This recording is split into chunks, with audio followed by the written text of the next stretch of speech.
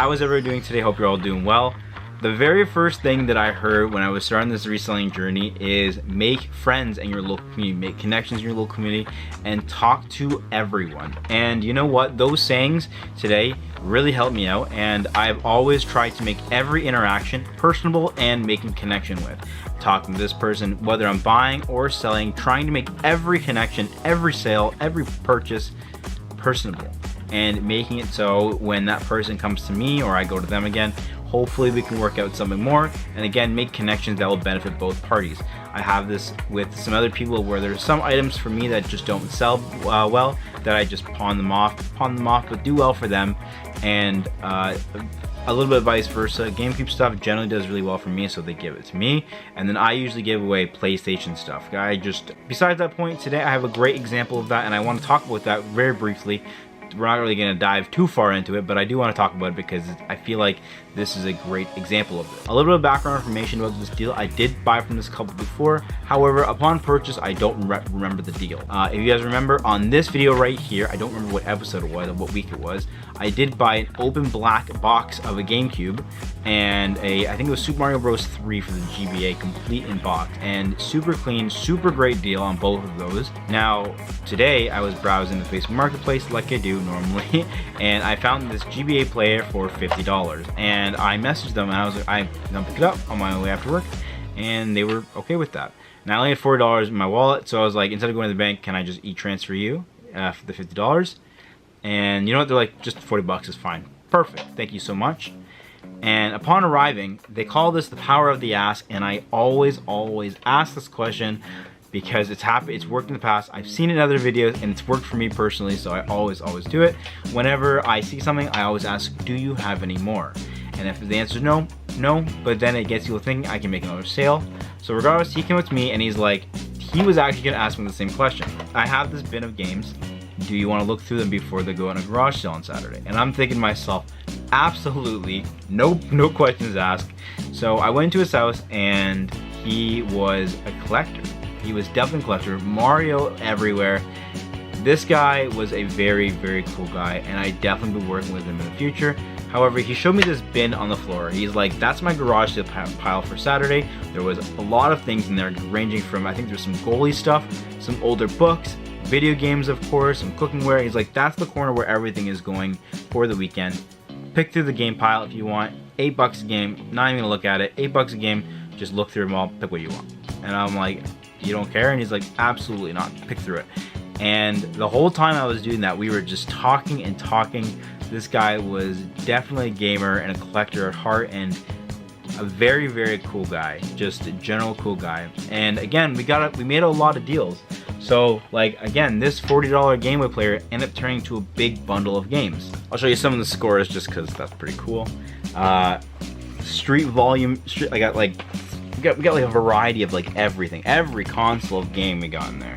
And again, all of these were $8. Yeah, even got Need for Speed Underground. That's pretty cool. Grand Theft Auto Vice City Stories, that does really well on the PSP. Plants vs Zombies, I don't even know if that's in there. I didn't even check. A lot of this I kind of didn't check. I kind of made sure that it was a complete box, and then that was really it.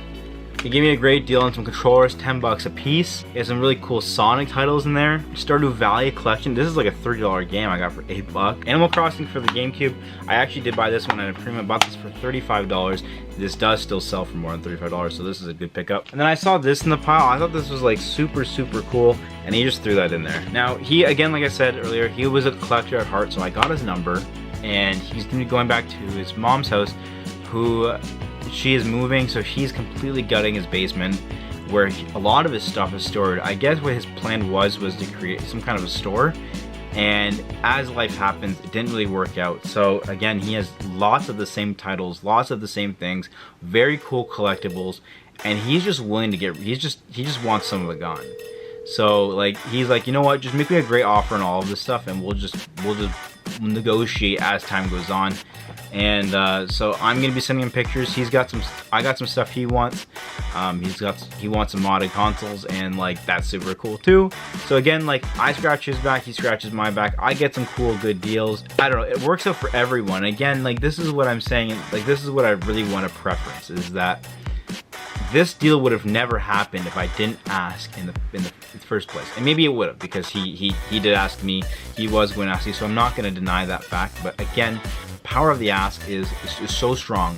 And now that him and I have, you know, I would say gained that trust between one another, just talking and stuff. Again, I was there for like 30 minutes just talking about video games with this guy, and it was super fun, super cool. And you know, you're not always gonna have that either. You might find that some people are just assholes, and that just comes with, you know, the game. It is what it is. But in this case, that wasn't the case. This guy is awesome, and I'm glad that we have made this connection with this guy, and I will be doing business with this guy in the future, especially when I come back from Japan. I will definitely be doing business with this guy. He has some stuff, like some collectibles that complete my collection, and some cool pieces that I want in my collection, but also some stuff to resell as well.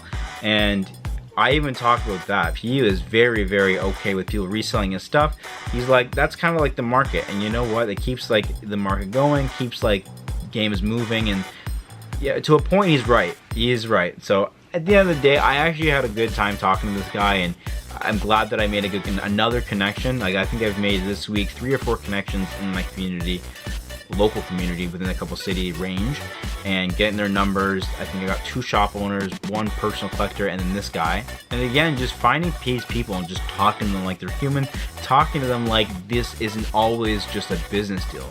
Talking to these people like this guy was a collector, this guy was a fan, this guy has loved Mario since it came out on the NES, and that was prevalent by the boxes that he had. He had an NES, SNES, and N64 all in the box in like protective showcases. This guy is a fan, and I'm gonna be treating him as such. Like, sure, the business is on the side, sure, but you know, at the end of the day, we're all human people. We're human people as well. So to treat every deal like a business interaction, I feel like it's needed, but also I feel like you need to have that human factor as well. And I want to keep that factor. I never want to get to a point where I treat people as just money-making machines, where it's, you know, it's no longer personable. At the end of the day, I'm a gamer, he is a gamer, and I want to keep it like that. So I'm glad that both sides were happy. He was happy, he made it, he put a price on it, no negotiations. $8 a piece on those games, and you know, even at the end of the day, we all walked out happy. So make your local connections, you will be happy at the long run, and then make them personable as well. You don't want to just make everything about business. This is, again, like I said, a face-to-face interaction. Buying or selling, you have to make things personable. You have to be a good guy, you have to be a good person. And if not, it will show. I know a lot of people in this business, and I've met a lot of people in my local area that are just assholes about like buying and reselling, and then I've met a lot of nice people where I see them at a thrift store and I say, hey, how's it going? How are you? Find anything good today? Or I see someone walk by and they were glaring at me because I picked them up before them or whatever else. And I don't like that, but I guess it comes with the territory. You're never gonna please everyone, but at the end of the day, make those connections, make your local connections. At the end of the day, you will be happy. You will make sure it will be worth it, I promise. So I hope you enjoyed the video, and make your local connections. Have a great day, and I'll see you guys in the next one. Deuces.